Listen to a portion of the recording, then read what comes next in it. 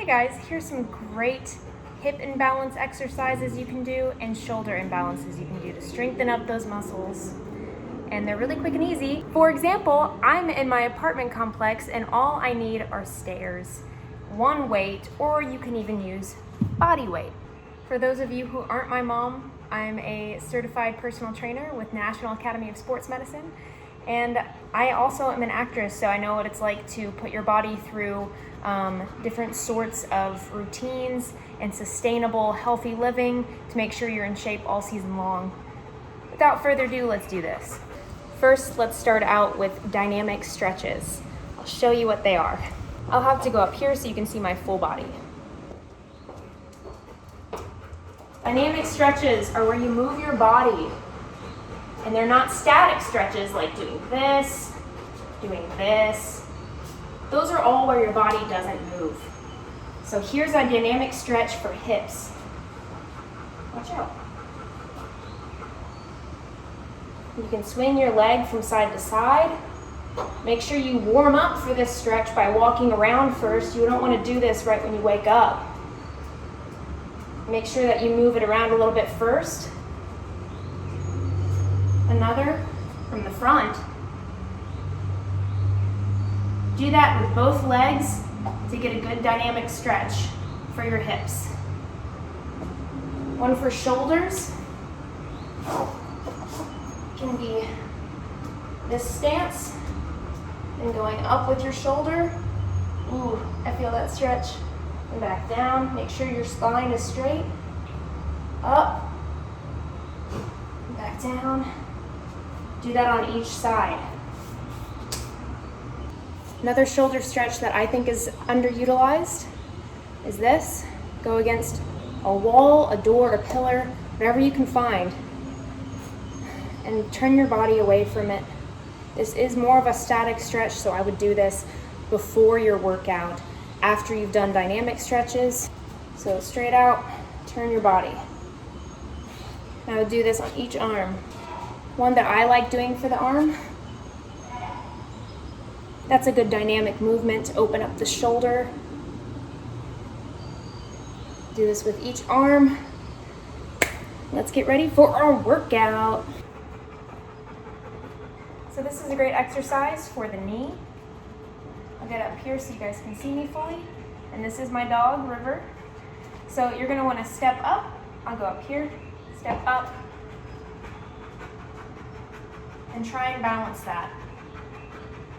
So it's a simple exercise, but what I want you guys to see from this angle, when you step up, make sure that your hip doesn't go this way, doesn't go that way, that we stay parallel to the ground. So let's do 5 on each side.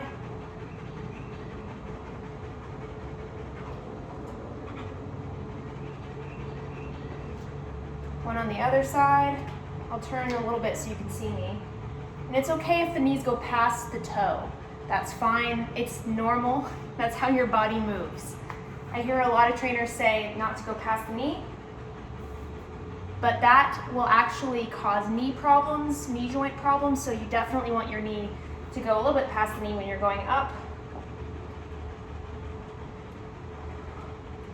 See, it's hard for me to not want to tilt, but that's what will get you in better shape, strengthen those hips. Next, you're going to want to do some resistance band work or weight.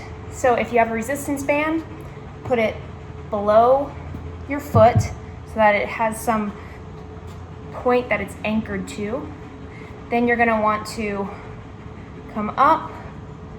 So a good way to do that is to do a bicep curl first, then turn it this way and go straight up. One thing I want you guys to focus on for this movement is to make sure you're not slouched forward. You don't want your shoulders to be like this. You can do this in the mirror. I would suggest doing that in the mirror. You want to go back. Here is an example. Make sure your shoulders are retracted back. So, bicep curl, turn around, push up. Once you're in this motion, this point right here, that's the safest way to get up. Go down and up. Just keep those shoulders retracted and down. You don't want them up here, you want them down, retracted and down. So, easy way to do that, push back, retract, make sure they're down, and once you're up here, push up. When you push up, make sure, I'll do this from a side profile. Make sure that you're not doing this, you're not doing this, you're right here, you're straight. Go up. Just chill up here. Ready? And up. I'll bend down so you guys can see better. One day I'll get a studio, but for now, I'll lunge down, up, what it looks like from the side. Here, you can see I'm not bent over, I'm not letting the weight push me down. I'm staying perfectly straight. And once you get, if you have any shoulder imbalances and it hurts, that's why I suggest doing the shoulder curl up. Otherwise, myself, that's the kind of motion I do. But that I would call advanced if you're a beginner. Another thing is, you don't want it to be here. You don't want it to be back here. You want to be right at your spine. All right? So go ahead and do, you can even put a book in your hand. Start really small. If you're beginning, I suggest 5-pound weights. 10 would be a progression from 5 pounds. Unless you have a 7, then I would do 5, 7, 10 pounds. Again, I would do 5 pounds to 7 pounds to 10 pounds, and I would do each movement about 10 times, 10 to 15 times for beginners. Once you start getting more advanced, you can start to do less than 10 and do heavier weights 6 to 8 times each. Let's do hip. For the next movement, just come down to your knees. If you're having any trouble with that, then just make sure you come down as slowly, as easily, and gently as possible. So this movement, again, you're gonna wanna make sure that you're not moving your spine too much. You wanna make sure it is parallel. Also, you're gonna see my spine come down just a little bit. What I mean by that is you can see my hip I kind of come down like this. Try and minimize that as much as possible. But you're gonna do some fire doggy hydrants, all right? So one leg at a time, up. Make sure that that inner thigh comes as parallel to the ground as possible. This is quite advanced, so I'll show you an easier way to do this in a second. So fire hydrants, I would do 10 each side. Then I would do the same amount of movement per leg. That's really important. I wouldn't overstress it. And then once you get better at this, you can add a glute band around your thighs and make this a resistance movement. Resistance being the resistant to the weight around that pollen. Resistance being against that band that would go around your thighs right here. If you want it even harder, it'd go down farther. That's not right up against your hip muscles. All right, next movement would be on our side. You can go all the way down, but it would be straight leg right here. Again, this is really good for your hip muscles.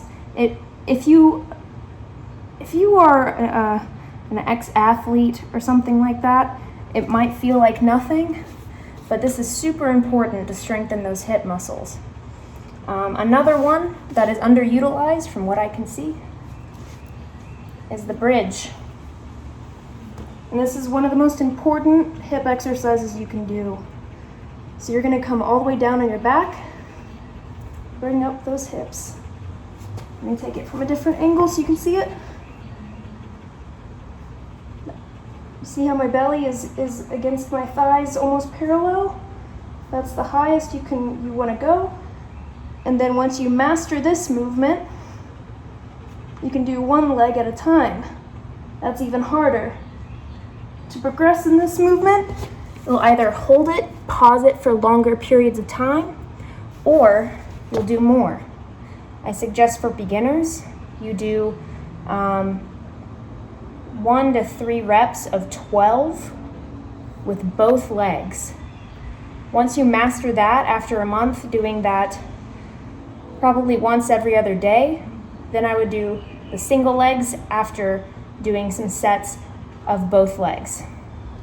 One other great movement that you can do to help your shoulder muscles starts out the exact same way. You want to make sure that you're not hunching forward, that your shoulder blades are retracted against your back. You'll go against a table. In this case, I'm against kind of a fence. Then you're going to want to do push-ups, because I'm assuming that if you're watching this video, River, are you okay? I'm assuming if you're watching this video, it's going to be hard for you to do push-ups. So this is a beginner movement to push-ups. Shoulder blades back, retracted, go out. Again, we're not putting our wrists like this or like this. We're going straight over the table or whatever you're holding on to. Back straight. Retract those shoulder blades. After you retract, there might be a slight arch. That's fine. Just make sure that you are not putting your butt out like this, that is tucked in so that your spine is as straight as possible. Then you're going to go down with your shoulder blades retracted, mind you. Go up. Get your chest all the way down, still retracted, then up. I'll show you from a different angle. And up, down, up. Once you master this, you feel like it doesn't hurt you as much, then I would progress to an object or surface edge. Mind you, this needs to be a stable surface. We don't want accidents or injuries. I would progress it by going to one that's farther down. That could be a stair. It could be just a regular push-up, but you can definitely progress it over time by moving the object down. The last exercise I want to show you is a lat raise. That can help the shoulders. Again, we want to make sure that we're doing this proper form so that we do not hurt ourselves. 10 is a bit much. I would suggest starting out with 2 pounds, 5 pounds, or just a simple resistance band. We will start at our hip with the weight. Shoulders back, retracted. Don't strain them when you're doing this. Just keep them back and retracted. Then you're going to use your shoulder muscle only to raise up the lat. And I would suggest doing this an easy 10 to 12 times. That means that this muscle will be extremely weak for most people.